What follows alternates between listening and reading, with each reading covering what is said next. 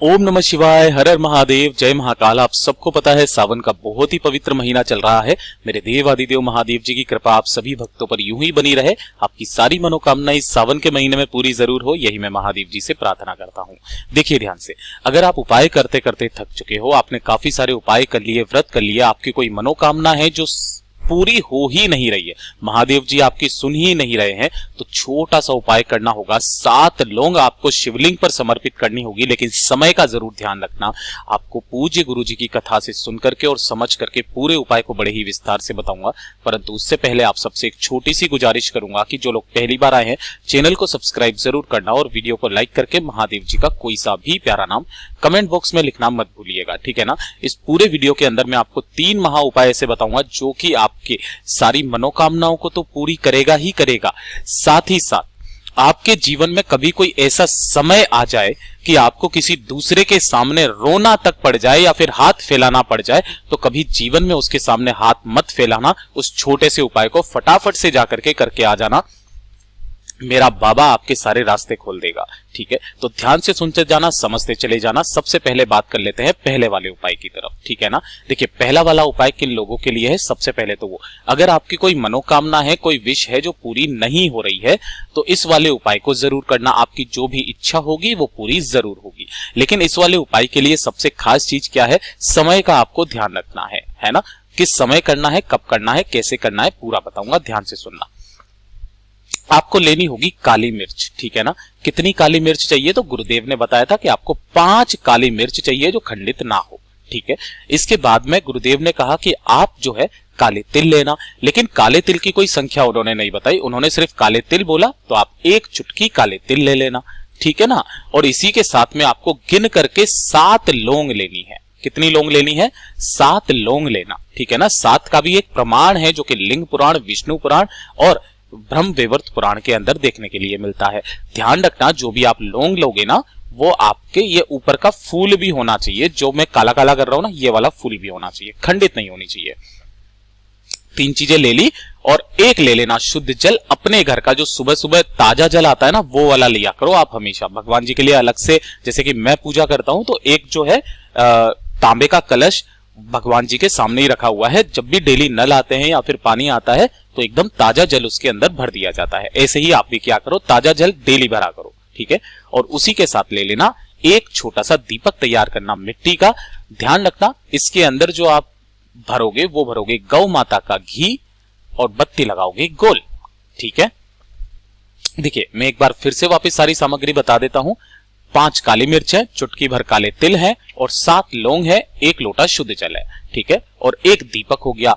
इन सब चीजों को लेकर के पहुंचना मेरे देवादिदेव महादेव जी के मंदिर शिवलिंग के पास। जाना कब है वो ध्यान रखना। जो मैंने आपको समय बताया था कि 6:40 शाम को जाना है, इसका मतलब ये नहीं है कि आप फिक्स 6:40 पर जाओगे। इसका मतलब ये है कि आपको जाना होगा प्रदोष काल में। कब जाना होगा, प्रदोष काल, शाम के समय पर आपको जाना होगा। किस दिन जाओगे आप, सावन के महीने में किसी भी दिन इस उपाय को कर लेना। अगर सावन के महीने में आप इस उपाय को ना कर पाए, तो कुछ खास तिथियां गुरुदेव ने बताई है, अमावस्या, एकादशी और प्रदोष, ठीक है। उस दिन तो इस उपाय को जरूर कर लेना, ठीक है। अब ध्यान से सुनना, जैसे ही आप मंदिर में पहुंच जाओ प्रदोष काल में, शाम के समय पर, जब सूरज ढल रहा होता है उस समय पर, ठीक है, आपको उत्तर दिशा यानी कि नॉर्थ डायरेक्शन की तरफ मुंह करके बैठ जाना है। अब आप सबको पता है कि जहां पर भी महादेव जी की शिवलिंग होती है ना, तो चारों तरफ एक चौखट सी इस तरीके से बनी हुई रहती है ना। तो सबसे पहले आपको क्या करना होगा, जो आपने एक दीपक तैयार किया है ना, उस एक दीपक को महादेव जी के सम्मुख, जैसे इस तरफ में जलाधारी है ना, इधर की तरफ देखिए आप, इधर जलाधारी है ना, तो इस साइड में आपको रखना है। यहां पर आपको उस दीपक को प्रज्वलित कर देना है। सबसे पहले ऐसे मत करना कि आप यहां पर दीपक को रख दो, सम्मुख में रखना, जलाधारी के सम्मुख में। इस तरीके से एक दीपक तैयार कर देना। पहला काम तो ये हो गया। उसके बाद क्या करना कि जो आपने यहां पर काली मिर्च और काले तिल लिए हैं, इन्हें अपने दाहिने हाथ में लेना, और दाहिने हाथ में लेकर के मेरे देवादिदेव महादेव जी की शिवलिंग पर आपको यहां ऊपर की तरफ, देखिए मैं बता देता हूं, यहां ऊपर की तरफ में यहां पर समर्पित कर देना। क्या क्या चीजें समर्पित करनी है, काली मिर्च और काले तिल ही समर्पित करने हैं अभी तक, और कुछ नहीं, ठीक है। उसके बाद में अपने दाहिने हाथ में लेकर के 7 लौंगों को वापस से सबसे पहले आपको अपनी मुट्ठी बंद करनी है और ये जो जलाधारी है ना, इस जलाधारी पर आपको अपनी मुट्ठी लगानी है, अपना नाम और गोत्र बोलना है और अपना नाम और गोत्र बोल करके अपनी कामना कह करके आपको वो 7 लौंग भी इन्हीं चीजों के ऊपर समर्पित कर देना है, शिवलिंग के ठीक ऊपर। यहां तक बात आई समझ में। अब जो 1 लोटा शुद्ध जल आपने लिया है, उस 1 लोटा शुद्ध जल को मेरे देवादिदेव महादेव जी के ऊपर त्रिपुरा सुंदरी भगवान जी के नाम से आपको समर्पित कर देना है। ठीक है, जो भी जल बहता बहता जलाधारी से नीचे की तरफ आएगा, उसे अपने दाहिने हाथ में लेकर के और अपने ऊपर छिड़क लेना। बस इतना सा उपाय करना होगा, आपकी जो भी कामना होगी, जो भी विश होगी, पूरी जरूर होगी। ये तो हो गया पहला उपाय। अब बात कर लेते हैं दूसरे वाले उपाय की तरफ। देखिए, दूसरा वाला उपाय किन लोगों को करना है कि अगर आपके घर में धन संपदा बढ़ ही नहीं रही है ना, धन की कहीं से आवक नहीं हो रही है, माता लक्ष्मी जी आपसे रुष्ट है, आपका व्यापार अच्छे से नहीं चल रहा, नौकरी में बढ़ोतरी नहीं हो रही है, प्रमोशन नहीं हो रहा है, तो ये वाला उपाय आप एक नियम के साथ करना स्टार्ट कर दीजिए। या तो एक दिन फिक्स कर लीजिए, हर सोमवार के दिन, हर मंगलवार के दिन, हर बुधवार के दिन, आपको ऐसे करके एक दिन हफ्ते का फिक्स कर लेना है, उस दिन इस उपाय को करना है। कैसे करना होगा, आपको गिन करके लेनी होगी 7 लौंग। ठीक है, कितनी लौंग लेनी है, 7 लौंग ले लेना, ऊपर का फूल भी होना चाहिए, और साथ ही ले लेना 1 लोटा शुद्ध जल, है ना, अपने घर का शुद्ध जल। अब देखिए, गुरुदेव ने बताया था कि अगर आप इसे एक नियम के साथ करते हो ना, तो कोई जरूरी नहीं है कि कोई भी व्यक्ति को सुबह ही करना है या शाम को करना है, लेकिन उस दिन आपको जरूर करना है।